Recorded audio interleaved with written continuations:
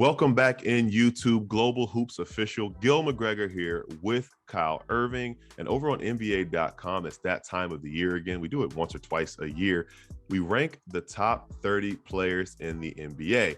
This time we did it going into the 2021-22 NBA season. And I say that to say we excluded guys who are injured. So guys like Kawhi Leonard, Klay Thompson, Jamal Murray, who won't be suiting up on opening night, were not included in this vote.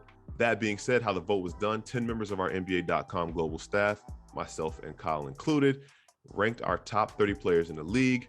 The first place got 30 points, second place 29 points, so on and so forth. We tabulated the points, ranked the players, and we got our top five. We'll give you our top five. Number 5, MVP, Nikola Jokic of the Denver Nuggets. Number 4, Stephen Curry of the Golden State Warriors. Number 3, LeBron James of the LA Lakers. And I promise we don't think you're washed, LeBron. I think being ranked third going to year 19 is not bad at all. Drum roll if you want to. Number 2, Giannis Antetokounmpo, Finals MVP of the Milwaukee Bucks. And number 1, y'all know who he is, Kevin Durant of the Brooklyn Nets. Kyle, we've been digesting this and looking over this for a while now, but as we look back at our top 5, what do you think about it? Do you have any beefs with the way it turned out? I think you got to start at the top, right? And right away, to me, it felt a little wrong after the NBA Finals and the playoff run that Giannis Antetokounmpo had that he wasn't the number 1 ranked player. And I say that to say I'm a huge Kevin Durant guy. I always have been, always will be. It's not that I don't think he's not the best player in the NBA. It just felt like Giannis did a little bit more to deserve the ranking of the number 1 player in the NBA after the NBA Finals that he just had, taking home the NBA title with the Milwaukee Bucks. And I say all that to say that, I mean, Kevin Durant was a half shoe size away from sending him home early and completely changing the way that the 2021 NBA season unfolded. And, you know, I mean, obviously, if he had done what Giannis just did, he probably would have been unanimous at number 1. It just surprised me a little bit that other members on our staff had felt that Kevin Durant had done enough to leap Giannis and take that number 1 overall ranking. But at the same time, like I said, with how talented that Kevin Durant is, I don't really have a huge issue with him being ranked number 1. It just felt like Giannis deserved it. Other than that, I thought LeBron James at number 3. That sounds about right. It feels like anytime that you count him out, he's going to come back and show you, you know, why you probably shouldn't have counted him out. So number 3 is a solid and safe spot for him to land. Stephen Curry was incredible last season. And I think that it's nice that we rewarded Nikola Jokic for his MVP caliber season that he had. And I'm glad to see him come in at number 5 because I feel like he's somebody that on these type of lists, he can kind of fall through the cracks sometimes and it's not always deserved. So I would say all in all, the top 5, it rounded out pretty well. My only, real cause for concern would have been that I feel like Giannis, after winning the NBA title, probably deserved that number 1 spot over KD. I'm glad you mentioned KD's half shoe size because that's how close it was in the final tabulation of these points. Kevin Durant had 294 points, which got him to first place. Giannis had 293 points. So if one other person had just flip-flopped them in the rankings, then it would have been different. I believe what happened was Giannis had a few more third place votes than Kevin Durant. And our colleague Carlin Gay said it was pretty disrespectful to rank Giannis anywhere below 2. I kind of understand that, especially after he scored 50 points in a clinching game. Round out the top 10, 6 Luka Doncic, 7 Joel Embiid, 8 James Harden, Damian Lillard was 9, and Anthony Davis number 10. Some other notables, Devin Booker and Chris Paul back-to-back 13 and 14. Bam Adebayo and Zion Williamson tied at 20. And rounding out the list, Ben Simmons at 30. I think that's a little disrespectful. But when you look at the rest of our list, what stands out to you in a good way? As somebody who's really showed well for themselves, or somebody who we've underrated, or somebody who maybe is a little too rated too high? I think right off the bat, and I was going to bring this up, I had Jason Tatum at number 11 instead of number 12 here. I feel like he's going to have an MVP caliber season for the Celtics as I'm rocking their hat.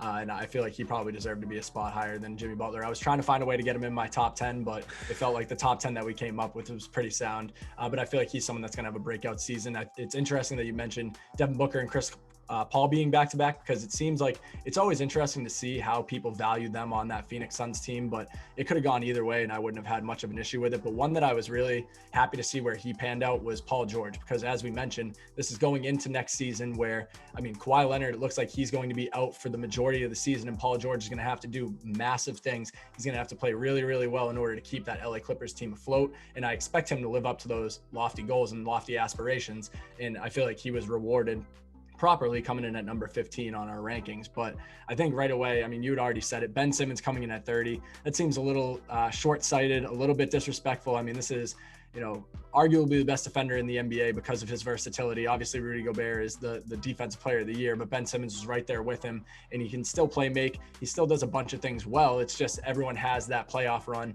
fresh in their mind with a lot of offseason turmoil, and I think that dropped him down in our rankings. But other than that, I think players like Karl-Anthony Towns, to me, I didn't have him on my list. I feel like he's someone who, even though we know how talented he is and how talented he can be, I kind of need to see him proved again because he's been on and off the court with injuries. Another player, Drew Holiday, I felt like he was rated a little bit high. Again, kind of that nearsightedness of his really impressive NBA finals, really impressive showing at the Tokyo Olympics and helping Team USA take home the gold medal. I see where people are coming from. It just felt like him coming in at number 25 seemed like a little bit high for a guy who's third in the pecking order on his own team. So, I mean, all in all, I feel like when you look up and down the list, there's not any names that really stick out where it's like, oh, what is he doing on this list? Or he doesn't belong here. It's just, kind of a little bit of shuffling. I would have had players above or below, only a couple spots where they ended up landing on our list.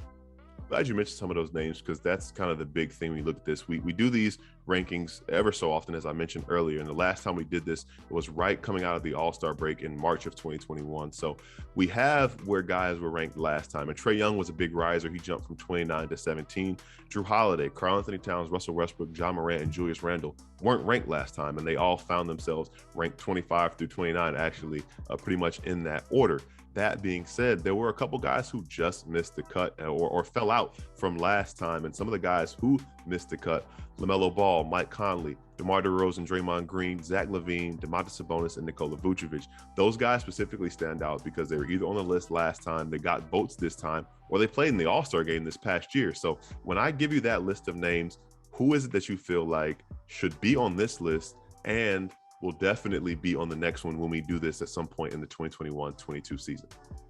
There are two players, or well, I should say there are three players that got left off the list that I had on my list. Two of them, I kind of understand being Domantas Sabonis and Zach LaVine. I both thought they were more than deserving of being on that list. Like you said, they were both all-stars this past season.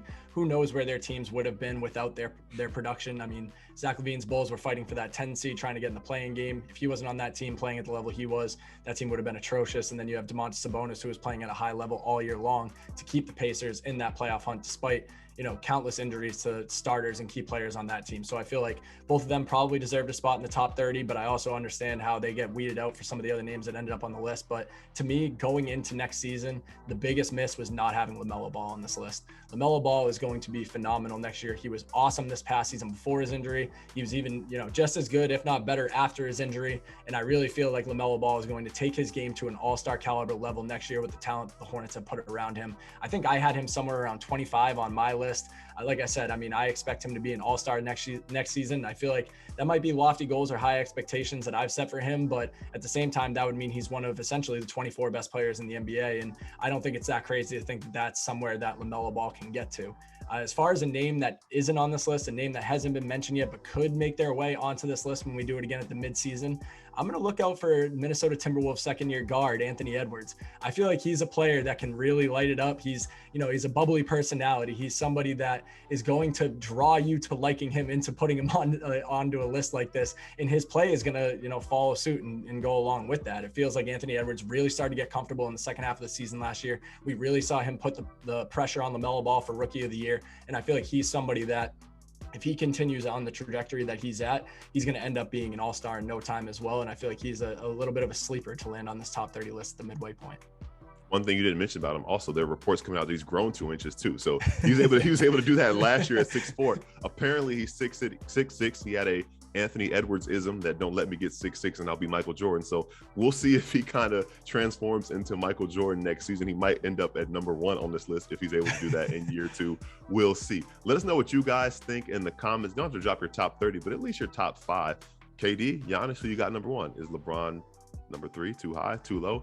Let us know below. Keep locked in with us here on Global Hoops Official on YouTube. Check us out on NBA.com where you can find the rest of these rankings in their totality. And check us out over on Spotify, Google Play. We got some podcasts over there too. The Raptors Pod Table Podcast featuring me and Kyle and some other guests as well.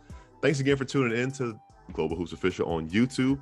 Make sure to subscribe, and get these right into your feed every time they drop. For Kyle Irving, I'm Gil McGregor. We'll catch you next time.